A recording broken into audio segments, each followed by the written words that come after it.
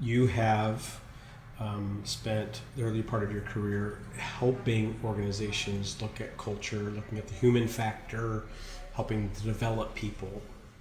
And out of that, you have been building a company now you're in your 9th year, building a company where you have to eat your own cooking. So how are you doing that? Something that we, really just have stood on, a foundational post, if you like, that we've put in place in Mygrow has been that flourishing starts at home.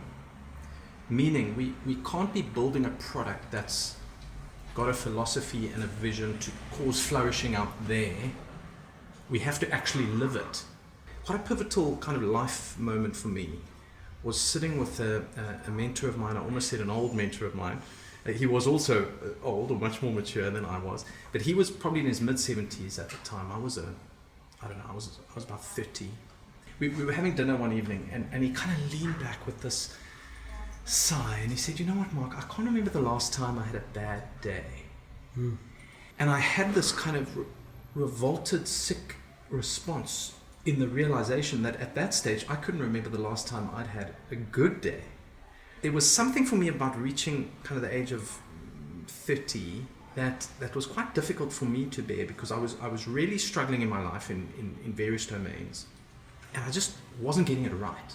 But I was flying around, Southern Africa at that stage, doing all this teaching and preaching, if you like, on EQ and how to live a better life and positive psychology and all these techniques. There is a sense in which I was living in a perpetual state of cognitive dissonance, preaching, if you do these techniques every day, if you implement this way of thinking. And I was sitting there, part of the struggle in my life at that time was a sense of deep unworthiness for being single, for not being amidst a whole lot of friends that were married with kids, and for not being as far in my career as I wanted to be, from a mood perspective, really just struggling with quite a dampened mood much of the time. And I'll never forget the response of Peter van Jaarsveld, that older psychologist mentor that I was sharing about, because when I said to him, this really has given me this like sick feeling, because I can't remember the last time I had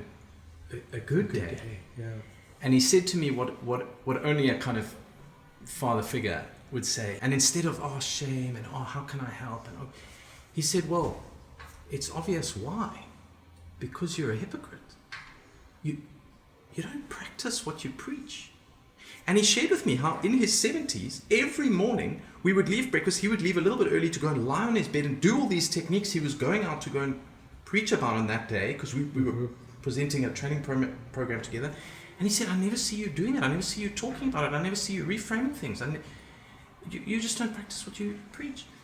And it's very interesting for me that I actually went on a journey to stop trying to do that. Rather than projecting something, but underneath it actually being something else. Personally, you saw a moment where I've got to, my words here, but I've got to integrate this in some way. I can't pretend that I know how to have a good day if I'm not having a good day.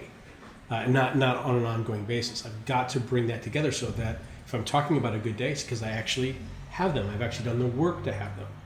So now if, as a company, we're saying it's important to have a healthy culture, well, then we'd better do the work to have a healthy culture.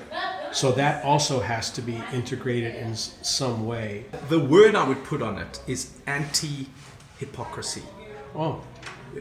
Or maybe utterly authentic. Okay. We would want people to come to Mygrow and go, that's it. That's what it smells like. That's what it tastes like. That's what it is like. This emotionally intelligent company. Mm-hmm. This is what's real. What you see is what it is. And I hear you say that for the way you're working at culture, it's not have to play any of those games. That it is just simply what you see is who we are. We do the hard work in that way, as opposed to the hard work for fakery or a spin in order to cover up the real problems.